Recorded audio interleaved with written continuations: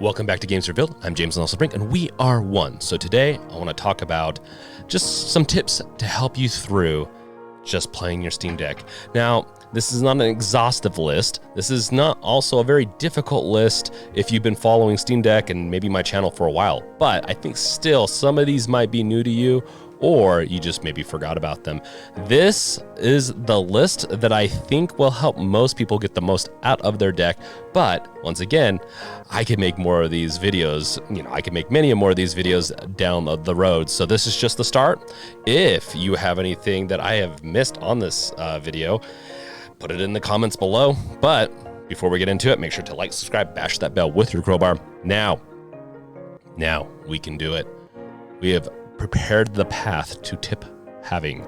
First up is update your device to the newest version of SteamOS and Steam Client when you first get it. So now with the production ramping up, people are going to be getting their decks more often. I just definitely want to emphasize this tip. It's a very simple one. Don't really install anything else until you have your deck fully updated and selected on whatever path you want to go. If you want to go on the stable or go into the beta route of SteamOS Steam Client, you can go that route. The beta has worked pretty good for me, but you can always have some hiccups down the road. Nothing really to destroy your deck. It was just stuff that will be maybe annoying if they release a bug into it.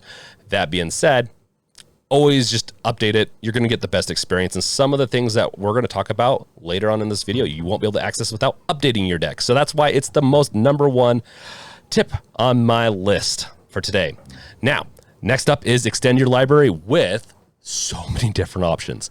You can do remote play. You can add emulators. You can install old games. So with the remote play, you can play PlayStation through your PlayStation 4, 5, or Xbox. They have the ability to remote play. So you're able to play PlayStation or Xbox on your computer. Well, there's no reason why you couldn't play it on your Steam Deck. There are clients out there that will help you play them on your Steam Deck. I do have a video, at least right now, on the PlayStation. I plan on doing one for the Xbox, and I also have a tutorial on cloud gaming through the Xbox cloud gaming service. So you can go check those out. I'll have them in the description below. Definitely a great way to extend your library out. Then you can add emulators. I don't have a video on this yet, but I plan on doing that. The NES, SNES, PlayStation, Switch, whatever you want, the Steam Deck plays pretty well. You're able to, it's a little bit of a cumbersome setup, but if you want to play your old games on the go without having to be tethered to one of those consoles, you can do it through emulation. And that is another huge tip that you could go into and just install that stuff and have some fun. So last up is one that, last up on this extend your library stuff, that is, you can install old games. I have installed many games through CD on my deck using the add non-Steam game option. And that's a whole other thing. You're gonna have to go watch some videos or some of my old videos on that. Essentially, you can go into desktop mode and you can then put your CD in, then reference to the setup.exe, if it's, most CDs have that, from your Steam client on the desktop. It should, in the bottom left, have a little plus button that you can click and have an add a non-Steam game option into that. Then you just reference to that setup.exe and you're good to go. You can then install the application, and then once it's once it's installed, then you can then do that same add a non-Steam game and add the installed path to it. It's a little convoluted, it's a little complicated, but if that's what you want to do, you can do it. So it's a tip. Next up on the tips, change the way you play. You can pair a mouse and keyboard. It works great. That's how I've been playing more. Don't forget that you can do game pads and headsets. Bluetooth, you can do Bluetooth headsets, controllers, whatever you want. You can also hook them up through the USB-C hub if you want to get one of those too. You can just extend your play that way on the TV, and it's honestly great. So you can take your controller, you can take your USB-C hub, and plug in an HDMI cable into that hub. If you get the right one, I have one in the description if you need help finding one that works, and then plugging that into your TV, and you just use a controller and your Steam Deck and have yourself a console on the TV.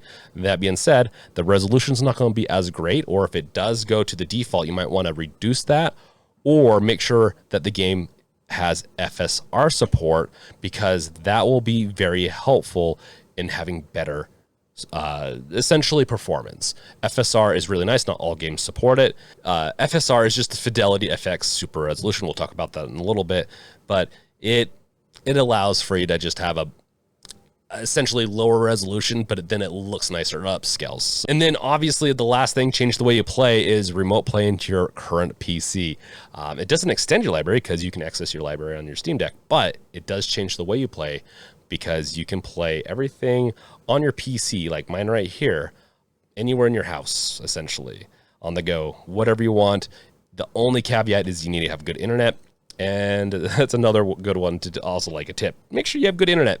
If you have good enough internet on the go, or if you have good enough Wi-Fi, I guess that's the most important thing if you're playing at home, is the Wi-Fi, then you shouldn't have any issues. And you can play your games at higher resolutions, like let's say on the TV. So if you want to plug your Steam Deck into the TV and be able to play it at 4K, you can stream that game from your current PC. Like let's say you have a beast PC, you could do that. You could stream from the PC to your TV and have just a good old time. So yeah, that's just a tip there. Don't forget that you can do that. Experiment with unknown games. You might not, and the reason why it's on this list is that you might not realize it. You might. Not every game has to be verified to be playable on the deck. To be honest, probably half the games I've played are unverified. In fact, I've had non-verified games work better than verified games. So I definitely don't shy away from a game just because it's not verified. Just start it up, see if it works. If not, go into the properties and you can change the Proton version on it, and you can try a couple different ways to do it. See if you can get it to work. There's additional techniques and tips and stuff out there on this. It would require a whole other video. Don't forget, you can install it, give it a try. You'd be surprised. Also, the grade on deck category is great, but it only filters by verified. There is verified and playable, and that doesn't include the playable. So you can go into the library and you can filter by verified and playable if you want even more options. When I do that, I get like 300. I go from 125 to 300 on my library of what I can play on my deck. And those playable almost typically are just a small thing that you have to get through. So it's not a big deal. Okay.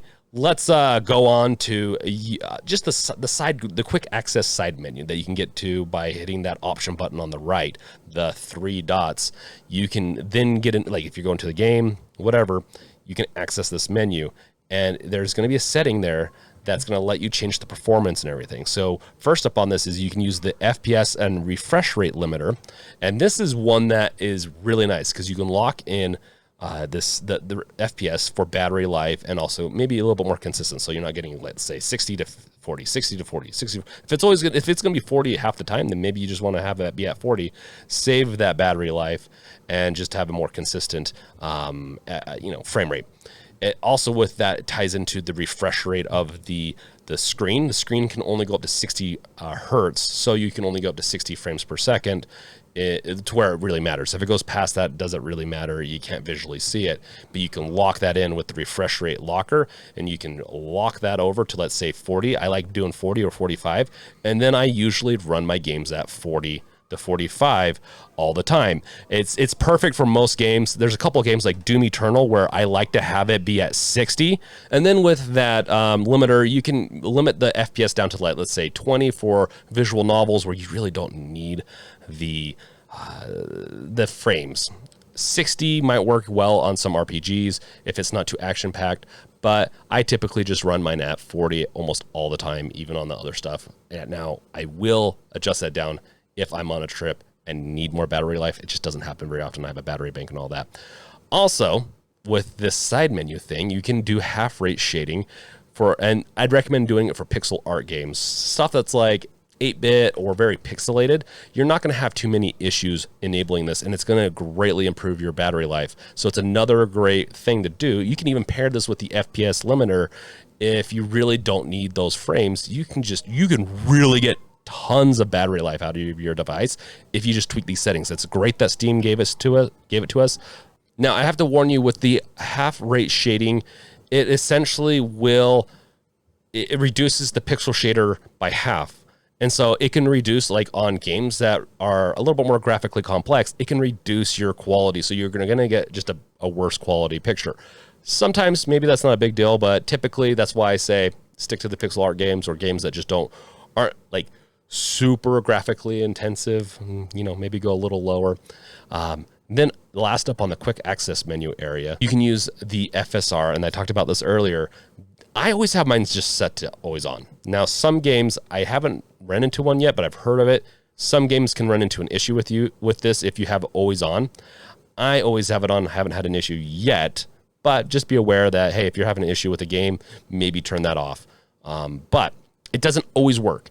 The way that I found that a lot of games where I kind of see how they work is that if you toggle it on and off and you see the screen adjust, and you can usually see a little bit more detail pop up on the screen when you use this. Now, if you're running at the native resolution in the game, with this turned on, it's not going to really matter. But if you reduce that resolution to a lower resolution than what the screen is, which is an 800, you could lower down to 720. You can lower down to, I've done it to 400 or 500p, and it works great. I've had great battery improvements and performance improvements from doing this. So FSR is your friend. I really like it.